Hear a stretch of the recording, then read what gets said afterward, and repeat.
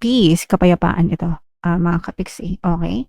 So, kailangan magkaroon ng, ito i-claim niyo na 'to guys, na ibig sabihin nito maaari kayong magkaroon ng peace, kapayapaan, peace of mind, kung ano man yung mga gumagambala sa inyo. Ibig sabihin puwedeng nare-resolve na yung mga problema niyo, puwedeng natatapos na, mga kapiksi, nakakapagpahinga na kayo, nawawala na yung mga stress niyo, hindi na kayo masyadong nag-iisip, hindi na kayo masyadong nagwo-worry. So, i-claim niyo na 'to guys, para sa inyo ito, mga kapiksi, okey?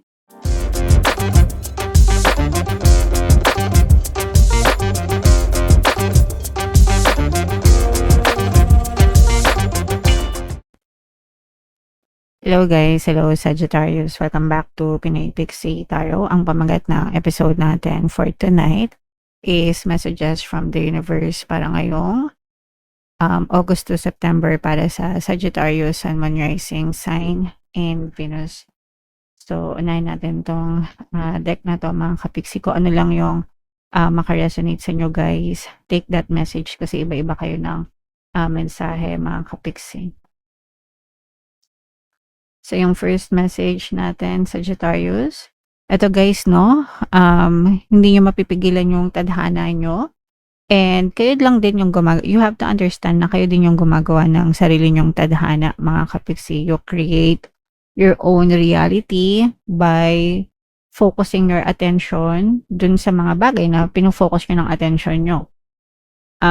So, whether negative yung nangyayari sa inyo or positive yung nangyayari sa inyo, kayo yung gumagawa niyan mga kapiksi. That is why palagi nating sinasabi sa inyo na palagi kayong mag-focus sa mga bagay na gusto nyo para yun yung ma-experience nyo sa inyong physical reality. Always remember guys, your energy flows where your attention goes, okay? Again, your energy flows where your attention goes.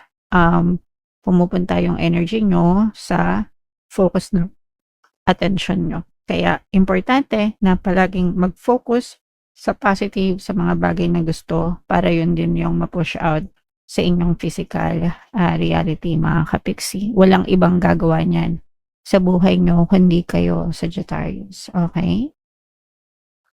And eto guys, may mga unfinished symphony at ibig sabihin unfinished business, mga natrap pa sa nakaraan guys, no? And this is the reason why for some of you, nahihirapan kayong mag-move on, nahihirapan kayong maka-let go. Yung mga sinasabi nila na walang closure, nakalutang, ganyan. So you have to make peace with your past guys, especially with your past, no? Kasi tapos na yun.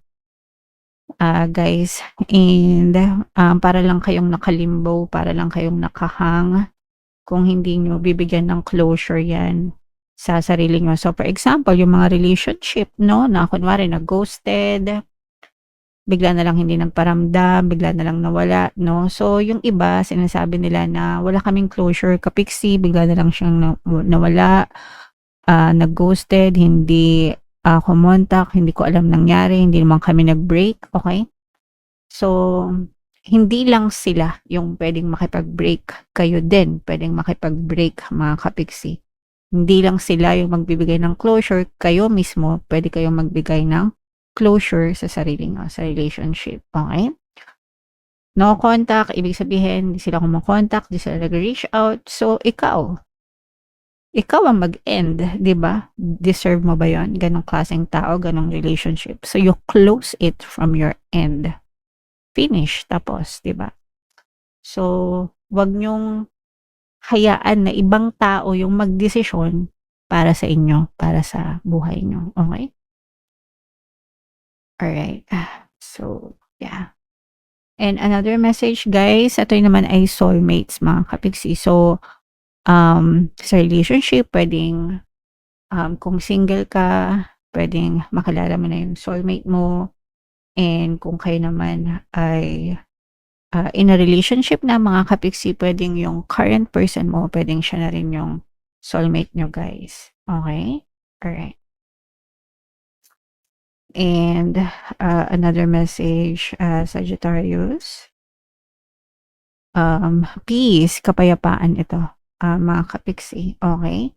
So, kailangan magkaroon ng Ito i-claim nyo na to guys, na ibig sabihin nito maaari kayo magkaroon ng peace, kapayapaan, peace of mind, kung ano man yung mga gumagambala sa inyo. Ibig sabihin pwedeng nare-resolve na yung mga problema nyo, pwedeng natatapos na, mga kapiksi, nakakapagpahinga na kayo, nawawala na yung mga stress nyo, hindi na kayo masyadong nag-iisip, hindi na kayo masyadong nagwo-worry. So i-claim nyo na to guys, para sa inyo ito, mga kapiksi. Okay? Another message for you, Sagittarius. Ito naman ay may mga mensahe sa inyo ang inyong mga gabay. So, you have to pay attention, especially kung meron kayong mga pinagpapanata, guys, kung meron kayong mga hinihiling, no? So, pwedeng may mga panaginip kayo, may mga synchronicities, mga angel numbers na tinatawag, mga spirit animals, mga tarot readings, kagaya nito mga kapiksi. So, i-check nyo yung mga spiritual meanings niyan mga kapiksi, kasi maaaring may mensahe sa inyo yung mga gabay niya, especially dreams mga kapiksi. No? So, yan talaga guys. And another message for you, Sagittarius. Not for you. Kung hindi sa'yo, hindi talaga para sa inyo guys, no? So, kung mapapansin nyo, meron talagang ibang mga bagay na kahit anong gawin nyo, mga kapiksi, hindi talaga siya bumubukol, no? So, you have to learn to let go. Kasi minsan, ninanakawan mo yung sarili mo ng oportunidad, no? Na maka-experience ng mga mas magagandang tao, bagay, sitwasyon sa buhay mo kapag masyado kang close-minded, masyadong sarado yung puso mo, yung isip mo sa isang tao, bagay, sitwasyon na hindi para sa'yo. So, when the door is closed, when a door closes, another window opens or another door opens, diba? So, marami pang pintuan, marami pang bintana, marami ka pang opportunities, marami pang pwedeng mangyari sa'yo.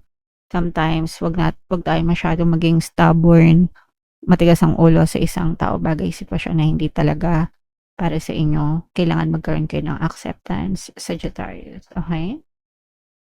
Kapag feeling mo, ginawa mo na ang lahat, diba? So, as long as ginawa mo na lahat, binigay mo na lahat, you did everything, you did the best that you could, pero wala pa rin, then maybe it's time to let go, Sagittarius. Okay? Alright. So, comment down below if naka-resonate kayo dyan.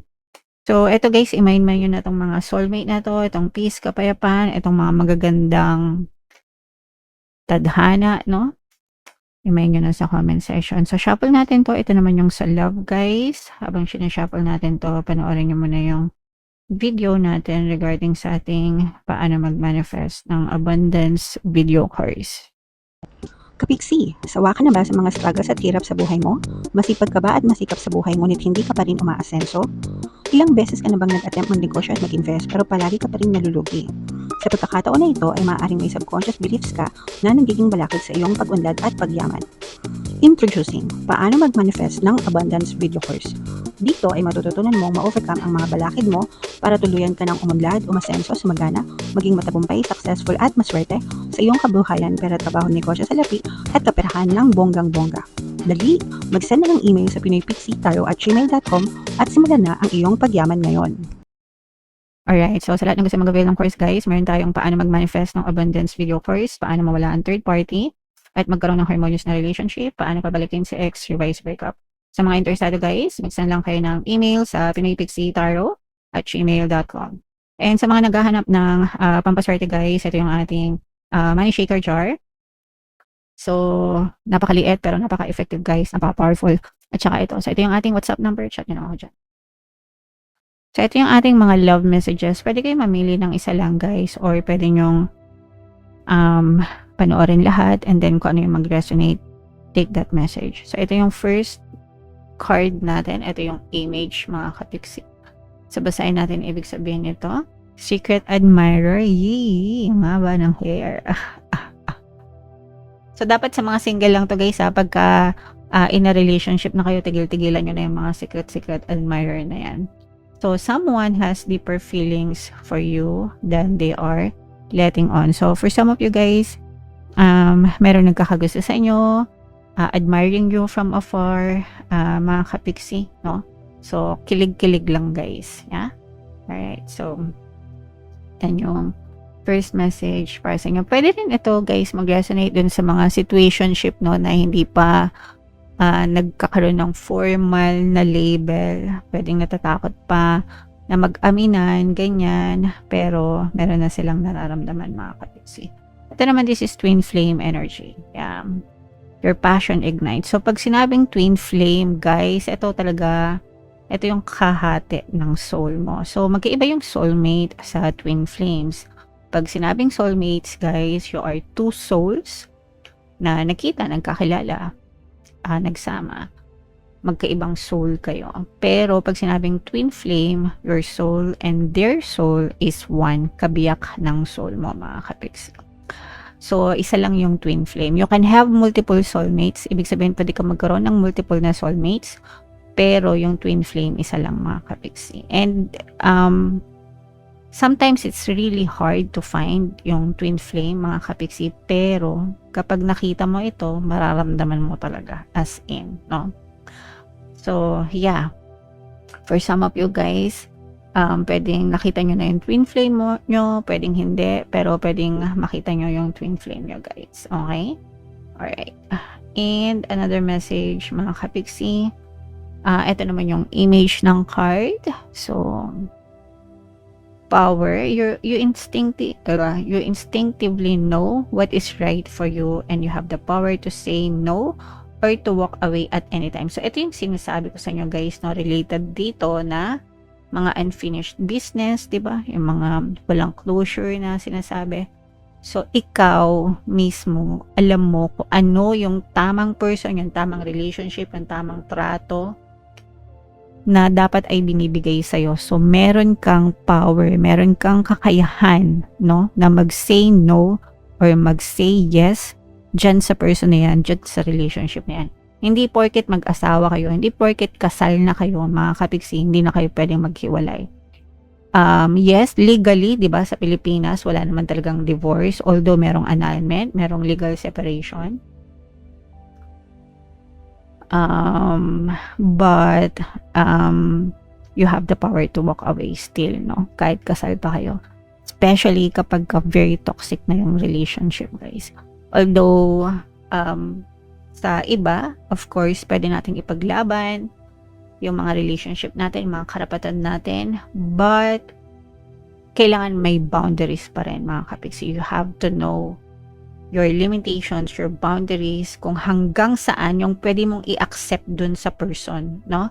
Kasi magkamali ng isa, saktan ka ng isang beses, dalawa, tolerable, pero pag paulit-ulit na, tanungin mo na yung sarili mo, bakit mo pinapayagan na mangyari yan sa'yo, diba? So, dapat meron kang power to walk away pag kinakailangan, Sagittarius. Okay? So, yeah. Comment down below if nakaresonate kayo dyan sa mga messages na yan and kung anong mensahe yung nakaresonate sa inyo, Sagittarius. For more tarot readings, ito yung playlist nyo. Ito naman yung ating success stories ng paano mag-manifest ng abundance video course. Panoorin nyo itong video natin, guys, about money shaker jars. Thank you for liking, sharing, and subscribing. See you next time. I love you all, guys. Have a nice day. Bye-bye.